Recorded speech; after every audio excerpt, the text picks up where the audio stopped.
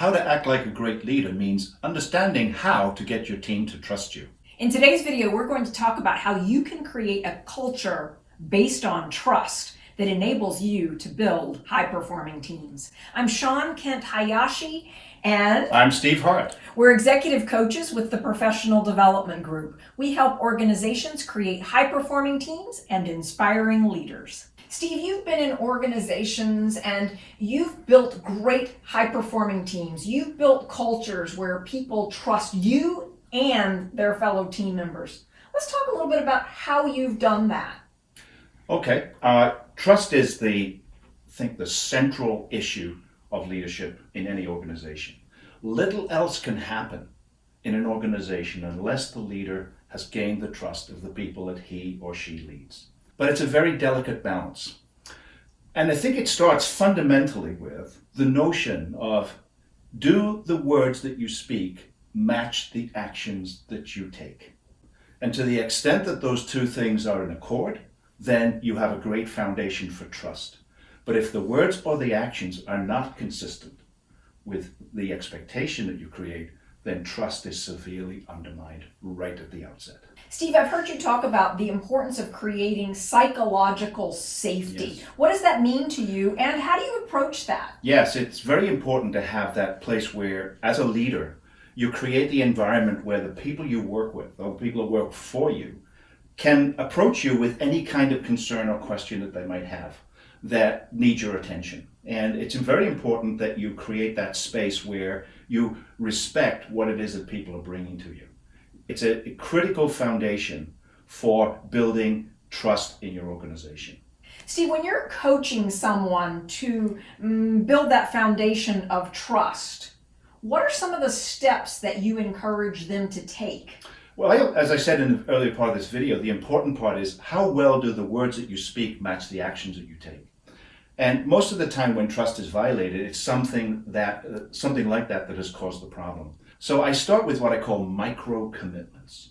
Small things where what you say can easily be implemented and you can do it very quickly without permission, start to rebuild and regain the trust that may have been undermined by the lack of your attention to your words meeting your actions. So start with these micro commitments of small things you can do to win back the confidence of the people you lead. So one of the ways that I do that is when I'm in a conversation with someone and I say to them, I promise that I will send you this document that we're talking about by 3 o'clock this afternoon. Perfect. So I actually highlight it. Yes. By saying, I promise that I will do this. And then when I start the email, I say, as promised, attached is the... Yes. And one of the things that I do when I'm working with a coaching client is I have them become very aware when they're making a commitment to someone to actually stop in the moment and put that commitment into their calendar. So I'm committing that I'm going to follow up with XYZ. So now I'm going to open my calendar and immediately put in the administrative time that it will take me to do that. Exactly right. So what I call that is saying you're making the implicit explicit. You're taking action, you're taking follow-through activities, and you're following through on your promise. The next step in this process is essentially taking ownership yourself for those things, because you have to be personally accountable before you can hold other people accountable for their actions. So I think it's a very important thing that if you make these commitments to these micro activities or these micro commitments, then you are indeed taking personal accountability to make sure you follow through in everything you say you're going to do.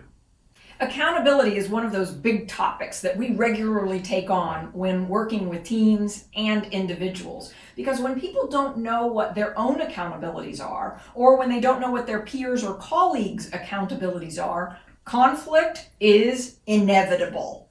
And so I really appreciate what you're saying here, that if we want to create an environment of trust for ourselves and others, people need to understand, what are my accountabilities? What are your accountabilities? Where do the baton handoffs occur? And where are the red flags? Where are the areas that aren't clear or that are fuzzy? One of the things that destroys trust in an organization is when the leader holds everybody else accountable, but not him or herself.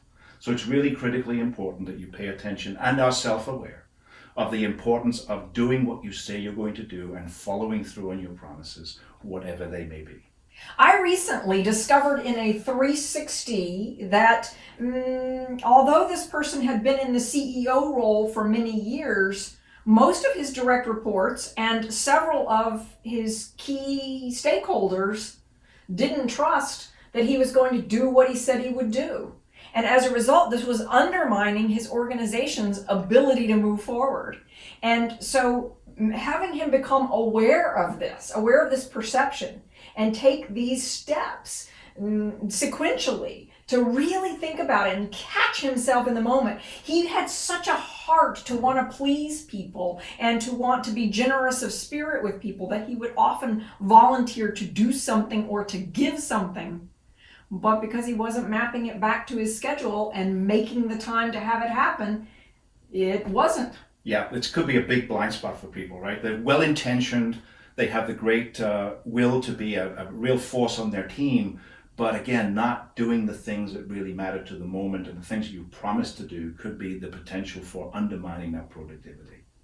And so often when people hear this, they're shocked because they perceive themselves to be big-hearted, generous of spirit. They perceive themselves to be really great at leading.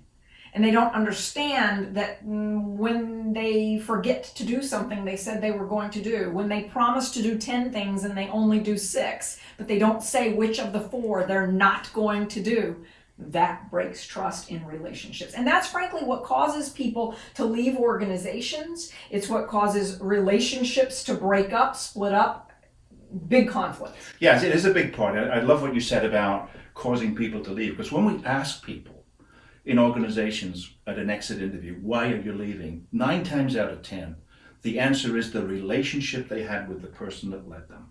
Right? And when you dig down into that a little bit further, you find that fundamentally they didn't trust the way this leader worked with them, what they said, what they did, how they did it. They may have been wonderful, generous, spirited individuals, but if they didn't follow through on the things that really mattered to them, then they were a candidate for leaving the organization. Often when I'm coaching someone, I will have them talk to their key stakeholders 6 months, 9 months into our work together.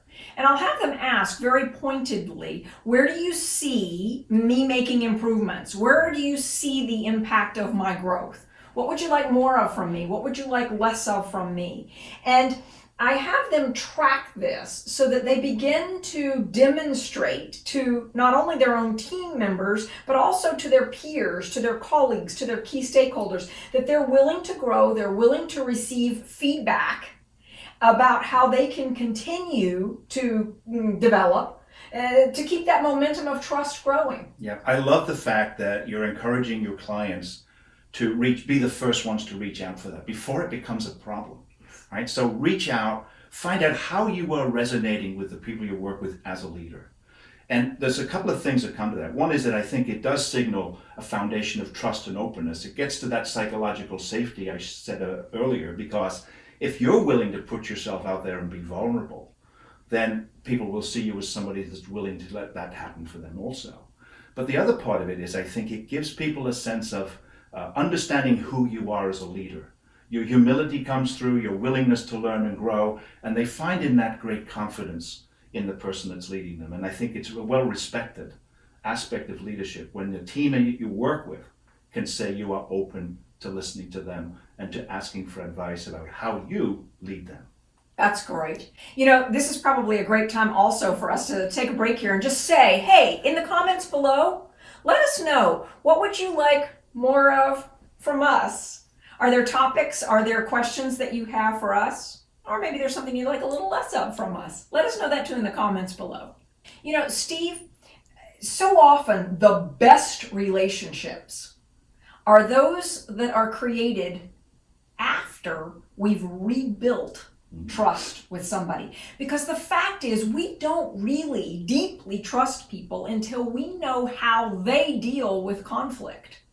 And in the process of building relationships and teams, we're going to go through forming, storming, norming in order to get to performing. So this notion of immediately having trust is not one that happens so often. We've got to go through that forming process where we get clear on what our accountabilities are. Then we've got to go through that storming process where we perhaps break trust and rebuild trust and break trust and rebuild trust. And then we get to here's what our clear norms are. Here's how we really want to work together. I love what you said about the 4 stages of development. And trust does not come fully formed immediately you step into the role of being a leader. It has to be created and earned. Again, I'd fundamentally go back to the standard of what you say must match what you do. If those 2 things are not in accord or consistent with each other, then no matter what stage of that development you're in, you still are going to have problems with creating and holding on to trust if you're not attentive to matching your thoughts with your actions and with the words that you use. The case is clear. Trust is the foundation for inspiring leadership and high-performing teams. If you'd like the opportunity to learn about how other people experience you as a leader or as an aspiring leader, we'd be happy to talk with you about our 360 perceptual interview process. You'll find a link below where you can reach out to us to schedule a conversation with Steve, myself, or one of our other consultants. We'd be delighted to explore that with you.